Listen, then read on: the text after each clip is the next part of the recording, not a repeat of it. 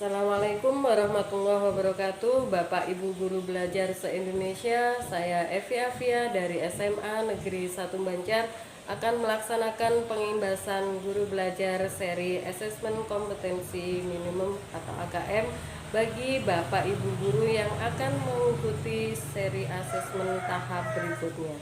Terima kasih. Assalamualaikum warahmatullahi wabarakatuh. Assalamualaikum warahmatullahi wabarakatuh. Di sini saya akan memberikan pengimbasan untuk AKM. Bapak Ibu guru sekalian, untuk pengimbasan AKM, di sini kita perlu membuka untuk langkah yang pertama adalah kita klik untuk Google, kita klik Guru Belajar. Di situ ada portal layanan program GTK Kemendikbud. Setelah itu kita masuk ke situ, kita pencet, nanti akan muncul seperti ini. Nah, di sini yang dimasukkan adalah nomor UKG. Di situ sudah ada petunjuknya menggunakan SIM PKB. Bapak Ibu guru, andaikan pada saat memasukkan ini lupa dengan user dan passwordnya, bisa menghubungi ketua MKMP yang diikuti, mapel yang diikuti, untuk meminta datanya, atau biasanya kalau lupa minta di reset ulang supaya kita bisa masuk ke GTK Kemendikbud. Setelah masuk nanti akan ada tampilan seperti ini.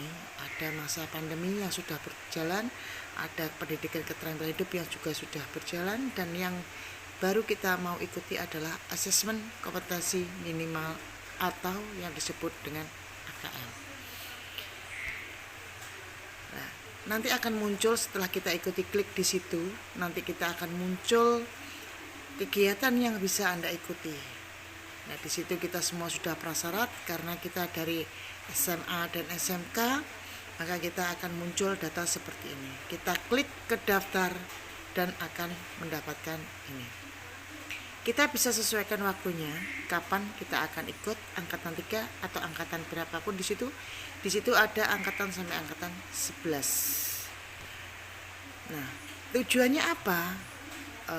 Pemerintah untuk khususnya Kemendikbud mengadakan AKM ini adalah bisa dilihat di situ bahwa kita bisa memahami konsep. Tujuannya ada ini adalah kita bisa memahami konsep asesmen nasional, memahami bentuk pelaksanaan asesmen, menganalisis contoh.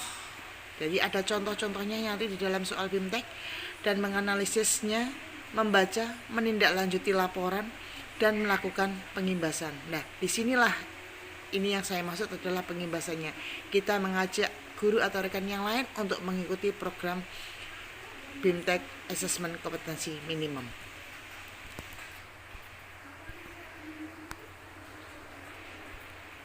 Setelah itu, siapa saja yang bisa mengikuti? Itu semua bisa. Jadi dari guru SD, SMP, dan SMA SMK, kepala sekolah, pengawas, semua guru SDLB dan sebagainya, kepala sekolahnya juga, dan peserta yang berasal dari pusat kegiatan belajar masyarakat atau PKBM, serta memiliki SIM PKB. SIM PKB ini sangat penting sekali karena itu merupakan akses kita untuk bisa menuju ke GTK. Nah, di sini ada tahap pertama adalah BIMTEK dan tahap kedua adalah pengimbasan. Ini adalah yang saya lakukan adalah pengimbasannya. Programnya ini bertujuan untuk apa? Karena berkembangnya miskonsepsi tentang asesmen nasional. Yang kedua, adanya malpraktek pembelajaran dalam melakukan persiapan menghadapi asesmen nasional. Yang ketiga, guru belum mengetahui cara membaca hasil asesmen nasional, itu yang paling penting. Dan guru belum memahami bagaimana tindak lanjut dari hasil asesmen nasional. Jadi di sini konsep nasional untuk meningkatkan kualitas asesmen nasional diadakan untuk meningkatkan kualitas pembelajaran, bukan berdasarkan nilai. Teknis pelaksananya asesmen nasional dan butir soalnya, kita akan belajar tentang butir soalnya, baik itu butir soal untuk literasi maupun butir soal untuk numerasi, serta tindak lanjut laporannya. Hasilnya dari asesmen itu apa, kita bisa tindak lanjuti untuk meningkatkan kualitas pembelajaran di sekolah. Nah, yang diharapkan paling utama adalah tentang profil pelajar Pancasila. Di situ ada 6, yaitu beriman dan bertakwa kepada Tuhan Yang Maha Esa serta berakhlak mulia. Yang kedua, kebinekaan global. Yang ketiga, mandiri. Yang keempat, bernalar kritis. Yang kelima, kreatif. Dan yang keenam adalah gotong royong. Manfaatnya apa? Kita bisa melihat potret kualitas pembelajaran yang ada di sekolah. Seperti apa sih sekolah kita? Yang kedua, kita ada umpan balik peningkatan kualitas. Jadi fokus dari asesmen nasional adalah meningkatkan kualitas pembelajaran sekolah. Yang ketiga, sebagai dasar untuk penyusunan program. Apabila kita sudah melihat potretnya, kita mengadakan peningkatannya, dan kita mulai menyusun dasar program peningkatan kualitas pembelajaran sekolah. Perbandingannya akan dijelaskan juga dalam BIMTEK itu apa saja perbandingan antara asesmen nasional dengan ujian nasional. Semua akan dijelaskan secara gamblang waktu kita mengikuti BIMTEK. Nah, ini kalau asesmen nasional atau AKM itu dilakukan survei karakter dan survei lingkungan. Dan asesmennya adalah literasi membaca dan numerasi. Jadi kalau literasinya kita bisa memahami, menggunakan, mengevaluasi, dan merefleksi. Itu akan dijelaskan semua dalam BIMTEK ini. Teknis pelaksananya apa? Berbasis komputer dan bersifat adaptif. Jadi pertanyaan disajikan tergantung pada kemampuan siswa. Siswa bisa memilih sesuai dengan kemampuannya. Pesertanya siapa? Peserta dari AKM adalah seluruh satuan pendidikan. Jadi semua sekolah, tapi tidak berarti semua murid. Jadi murid itu nanti akan terpilih secara acak oleh sistem, dan itu sampel untuk menunjukkan potret sekolahnya. Jadwalnya kapan?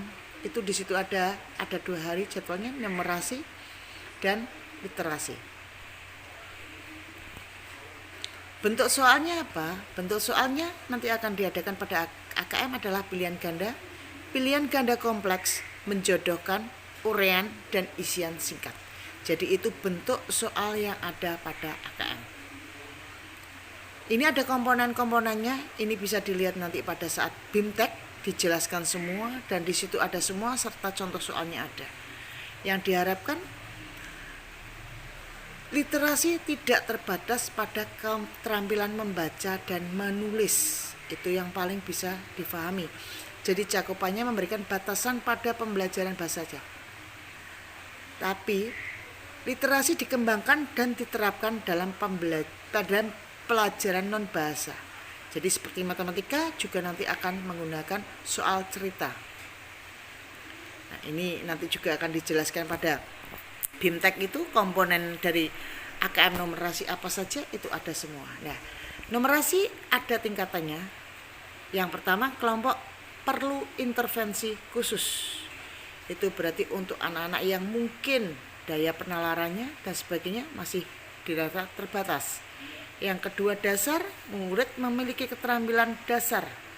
Yang ketiga, cakap. Cakap itu maksudnya adalah murid mampu mengaplikasikan pengetahuan matematika yang dimiliki dalam konteks yang lebih beragam. Mahir,